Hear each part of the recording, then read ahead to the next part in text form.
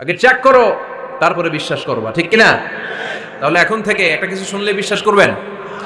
একজন এসে বলল, ভাইজান আপনার মেয়েরে দেখলাম আরেক ছেলের সাথে বাজারে ঘোরাফেরা করে, ওই রমনার বটমূলে দেখলাম আপনার মেয়ে আরেক ছেলেরে নিয়ে ফষ্টি নষ্টি করে, লোকের কথা বিশ্বাস করে বাসায় যে মেয়ের চুলের মধ্যে ধরে মাইর, আইজো মায়ের কাইলো মাইর। এরকম হইতে পারে না? হয়তো ওই লোক আপনার মেয়ের মতো দেখতে আরেক মেয়েকে দেখছিল। এরকম হয় কিনা সমাজে? একজন এসে বললো, ভাই আপনি এখানে ভাবিরে তো দেখলাম ওই জায়গায় আরেক লোকের সাথে ঘোরাফেরা করতেছে, খবর রাখেন না বাসা? আপনি রেগে মেগে, ঘটনা কি? আমার খেয়ে আমার পরে আরেকজনের সাথে, যে এই বাড়িতে যে মায়ের, কোনো কথা নেই। দেখবেন যে ছোট্ট মারামারি থেকে এই ঘটনা অনেক সময় বিচ্ছেদ বা ডিভোর্স পর্যন্ত গড়ায়, ঠিক কিনা? ওই যে শোনা কথায় কান দিয়েছেন, ফাতা ভাইয়ুন, আপনি চেক করেন নাই। হয়তো আপনার স্ত্রীর মতো দেখতে বা আপনার স্ত্রী যে জামা পরে, যে পোশাক পরে, এরকম পোশাক পরে আরেক নারীকে দেখছে, আপনার বউ না এটা। আপনার মেয়ের ব্যাপারে যে তথ্য দিয়েছে এটা সঠিক নয়, সে আপনার মেয়ের মতো আরেকটা মেয়েকে দেখেছে, এসে আপনার কাছে বলে দিছে, আপনি বিশ্বাস করছেন। ভেজাল আছে না নাই? এই ভেজালগুলোকে থামানোর জন্য কোরআনে এই বিধানগুলো নাজিল করেছে কে? তাহলে ফরিদপুরের ভাইয়েরা, সমাজটাকে সুন্দর রাখার তথ্য একটা শুনলেই বিশ্বাস করবেন না। সিলে কান নিয়ে গেছে, শুনলেই সিলের পিছনে দৌড়, নাকি? কি করবেন? আগে কানে হাত দিয়ে একটু দেখবো কান দুইটা আছে না নাই, তারপরে চিলের পিছনে দৌড়ানো। তাহলে এখন থেকে আমরা তথ্য একটা শুনলেই বিশ্বাস করব। তাহলে কি করবেন? বলতে হবে কি করবেন? যাচাই বাছাই, জাস্টিফিকেশন অফ দ্য নিউজ। কোন নিউজ জাস্টিফিকেশন ছাড়া আমরা প্রচার করব, বিশ্বাস করব, শেয়ার করব না। আল্লাহ বললেন, ইয়া আইয়ুহাল্লাযীনা আমানু লা ইয়াসখার কওমুম মিন কওম। ওহে আমার ঈমানদার বান্দারা, শোনো শোনো, খবরদার কখনো কোনো মুমিন বান্দারে ঠাট্টা করো না, অবজ্ঞা করো না, ঠাট্টা করো না। তার মনে কষ্ট হয় এমন কোন কথা তারে বলো না। Never scoff of anybody. কাউকে নিয়ে ঠাট্টা করবেন না, তার দেহ নিয়ে, তার আকৃতি নিয়ে, তার বংশ নিয়ে। এক লোকের বাবা ছিল চোর, কিন্তু তার ছেলে অনেক ভালো। আপনি কি তারা বলতে পারবেন তুই চোরের ঘরের চোর? বলতে পারবেন? চুরি করছে বাবা, ওর কি দোষ? কথা বলেন। এগুলো কবিরা গুনাহ। আওয়াজ করে বলেন তো, কি গুনাহ?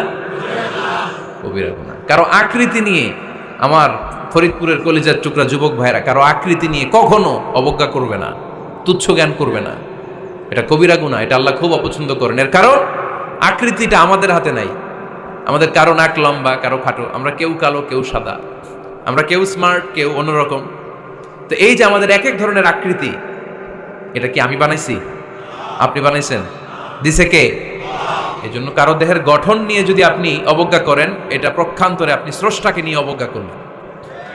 কারো দেহের আকৃতি নিয়ে যদি আপনি তুচ্ছ করেন, তাকে তুচ্ছ করেননি, আমার রবকে আপনি তুচ্ছ করেছেন। চিল্লায় বলেন ঠিক কিনা? খবরদার, তুই কালু, তুই লম্বু, তুই মোটু, তুই কানা, তুই রোহিঙ্গা, আছে না নাই? ইদানিং ইদানিং এটা খুব চলে। এই রোহিঙ্গা নামটা আছে না? ফরিদপুরে এগুলো ঢুকে নাই না? আমাদের ওইদিকে দেখি কি অবস্থা, কারোর সাথে কেউ লাগলে তুই রোহিঙ্গা। কি আশ্চর্য, এই গালি কবে আসলো? হ্যাঁ, অনেক ধরনের গালি। ঢাকায় আরেকটা চলে, ফৈন্নির ভূত। কি বলে? এই এগুলো আগে শুনি নাই আমরা, রিসেন্ট এগুলো বলা শুরু করছে, ফৈন্নির ভূত, রোহিঙ্গা। না, এগুলো বলে আপনি কাউকে অবজ্ঞা করতে পারবেন? পারবেন না। খবরদার, এটা কবিরা গুনাহ, এটা ছোট গুনাহ মনে করবেন না। কারণ আকৃতি নিয়ে তুচ্ছ করা যায় না, কারণ আকৃতি দান করেছে কে? হুয়াল্লাযী ইউসাউইরুকুম ফিল আরহামি কাইফা ইয়াশা, লা ইলাহা ইল্লা হুয়াল আজিজুল হাকীম। তিনি এমন সত্তা, যিনি তোমাদের চেহারার অবয়ব দিয়েছেন, তোমাদের আকৃতি দান করেছেন তখন যখন তোমরা মায়ের পেটের ভেতরে ছোট্ট জোকের মতো ছিলা। মায়ের পেটের ভেতরে আমরা যখন সবাই এত ছোট্ট, তখনই আমাদের চেহারার আকৃতি দিয়েছে কে? কে সুন্দর হব, কে ছেলে হব, কে মেয়ে হব, কে মোটা হব, কে চিকন হব, আমার ইচ্ছা হয়েছি? আওয়াজ করে বলতে হবে, কার ইচ্ছায়?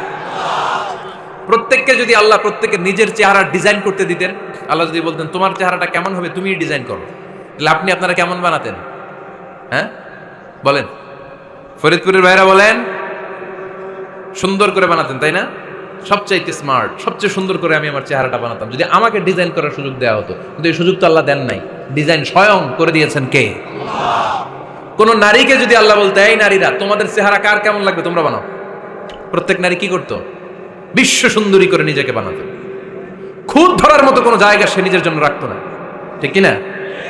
কিন্তু এটা আল্লাহ দেন নাই, এই আকৃতিটা আমাদেরকে সরাসরি দান করেছেন কে? খবরদার, আমাদের অনেকে বিকলাঙ্গ, আমাদের অনেকের হাত ছোট, পা বড়, দেখতে মোটা, কেউ চিকন, কেউ কালো। খবরদার, কারো আকৃতি নিয়ে কখনো কোনো অবজ্ঞার সুরে, ঠাট্টার সুরে কোনো কথা আমরা বলবো না। রাজি আছেন? সবাই রাজি আছেন? আল্লাহ রাসূল সাল্লাল্লাহু আলাইহি ওয়াসাল্লামের এক সাহাবী ছিল, নাম ইবনে মাসউদ রাদিয়াল্লাহু তাআলা আনহু। উনার পায়ের নলা ছিল খুব চিকন, অস্বাভাবিক চিকন, স্বাভাবিক না। তো উনিও এটা ঢেকে রাখতেন, দেখাতেন না কাউকে। একদিন উনি খেজুর পাড়ার জন্য খেজুর গাছে উঠলেন। খেজুর গাছে ওঠার পরে নিচ থেকে সাহাবারা পায়ের চিকন নলা দেখে ফেলছে। দেখে সবাই হাসি, সবাই হেসে কুটি কুটি। বিশ্বনবী বললেন, হেসো না, খবরদার, আমার ইবনে মাসুদের পায়ের চিকন নলা দেখে হেসো না। আমার ইবনে মাসুদের এই পায়ের চিকন নলা যদি মিজানের পাল্লায় উঠিয়ে দেয়া হয়, কিয়ামতের দিন উহুদ পাহাড়ের চেয়েও ভারী হয়ে যাবে। খবরদার, আমার ইবনে মাসুদকে আমার আল্লাহ অনেক পছন্দ করে, তার পা চিকন দেখে তাকে তুচ্ছ করো না। আল্লাহর হাবিব সাল্লাল্লাহু আলাইহি ওয়াসাল্লামের 11 জন স্ত্রীর মধ্য থেকে একজন স্ত্রী ছিলেন একজন স্থূল আকৃতির, অবিসিটি ছিল, একটু মোটা। ওনার নাম ছিল সাফিয়া রাদিয়াল্লাহু তাআলা আনহা। তা আম্মা জান আয়েশার সাথে একবার সাফিয়ার ঝগড়া। নবীদের বউদের মাঝে মাঝে মাঝে ঝগড়া হতো, তবে সেটা হতো মধুর ঝগড়া। সুবহানাল্লাহ পড়েন। আম্মা জান আয়েশা রাদিয়াল্লাহু তাআলা আনহার বাসায় একদিন বিশ্বনবী বসা ছিলেন। আরেকজন স্ত্রী, বিশ্বনবীর আরেকজন স্ত্রী রান্না করে কিছু খাবার আম্মা জান আয়েশার ঘরে পাঠিয়েছেন। এক দাসী দিয়ে বলল, যাও এটা আয়েশার ঘরে দিয়ে আসো, কারণ নবী আয়েশার ঘরে। আম্মা জান আয়েশা রাদিয়াল্লাহু তাআলা আনহা বললেন, এগুলো কি? ওই দাসী বলে, তরকারি। কে দিছে? অমুক স্ত্রী। কেন দিয়েছে? আমি কি রান্না করতে পারি না? তোমরা রান্না তোমরা খাও। এই কথা বলে পাতিল সহ উড়ায় মারছে চেহারার মধ্যে। এর কারণ ওনারা মানুষ ছিলেন, মানবীয় ব্যাপারগুলো ওনাদের মধ্যেও কাজ করত। আবার এক স্ত্রী ঝোল দিয়ে রান্না করে কিছু খাবার নিয়ে এসেছে। আম্মা জান আয়েশা রেগে মেগে ওই ঝোল নিয়ে ওই স্ত্রীর গালের মধ্যে মেখে দিয়েছেন। বিশ্বনবীর আরেক বউয়ের গালের মধ্যে ওই ঝোল লাগাই দিচ্ছে। এবার ওই স্ত্রী বিশ্বনবীর কাছে যেয়ে বলে, ইয়া রাসূলুল্লাহ, দেখেন আয়েশারে আপনি বেশি আদর করেন তো, দেখেন কি করে আমাদের সাথে। এই যে আমাদের গালের মধ্যে ঝোল মাখাই একেবারে মেকআপ বানাই দিচ্ছে। বিষ্ণু ইসা ইসলাম বললেন, তাই আয়েশাকে ডাকো। আম্মা জান আয়েশা রাদিয়াল্লাহু তাআলা আনহা আসলেন। আল্লাহ রাসূল সাল্লাল্লাহু আলাইহি ওয়াসাল্লাম বললেন, তুমি কি আমার এই স্ত্রীর সাথে এমন আচরণ করেছো? আম্মা জান আয়েশা বললেন, করেছি। কেন? আম্মা জান আয়েশা বললেন, তখন মেজাজটা গরম ছিল, এখন বুঝতে পারতেছি আসলে এই কাজটা করা ঠিক হয় নাই। এবার বিশ্বনবী বিচার করবেন। বিশ্বনবী বললেন, আল কিসাস, যেমন করা হয়েছে বিচার হবে তেমন। তোমার গালে যেমনি ঝোল লাগাই দিছে, তুমি একটু ঝোল নিয়ে আয়েশার গালে লাগাই দাও। সুবহানাল্লাহ পড়বেন না? ওই স্ত্রীও কিছু ঝোল নিয়ে আম্মা জান আয়েশার গালে লাগাই দিল। এখন দুইজনে হাসতেছে, বিশ্বনবীও হাসলেন, আরশের উপর থেকে খুশি হয়ে গেলেন। কে? তো স্ত্রীদের মধ্যে মাঝে মাঝে এটা ঘটতো। সাফিয়া রাদিয়াল্লাহু তাআলা আনহা ছিলেন একটু মোটা। আম্মা জান আয়েশা বললেন, ইয়া রাসূলুল্লাহ, দেখেন আপনার মুটি বউ, আপনার মুটকি বউ, এই মুটি বউ বলে একদিন একটা গালির মতো দিয়ে ফেলছে। আল্লাহ রাসূল সাল্লাল্লাহু আলাইহি ওয়াসাল্লাম রেগে গেলেন, বললেন, আয়েশা এটা কেমন কথা তুমি বললা মুটি? আমার সাফিয়ারে তুমি মুটি বলে গালে দিলা রে আয়েশা।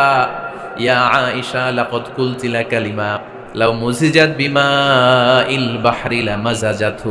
এমন একটা মন্তব্য তুমি সাফিয়ার ব্যাপারে করে ফেলেছো রে আয়েশা, এই কথাটা যদি সাগরের নীল পানির মধ্যে ছেড়ে দেয়া হয়, এই কথার পঙ্কিলতার কারণে, এই কথার কর্দমাক্ততার কারণে, এই কথার পঙ্কিলতার কারণে সাগরের সব পানিগুলো মুহূর্তের মধ্যে কালো হয়ে যাবে।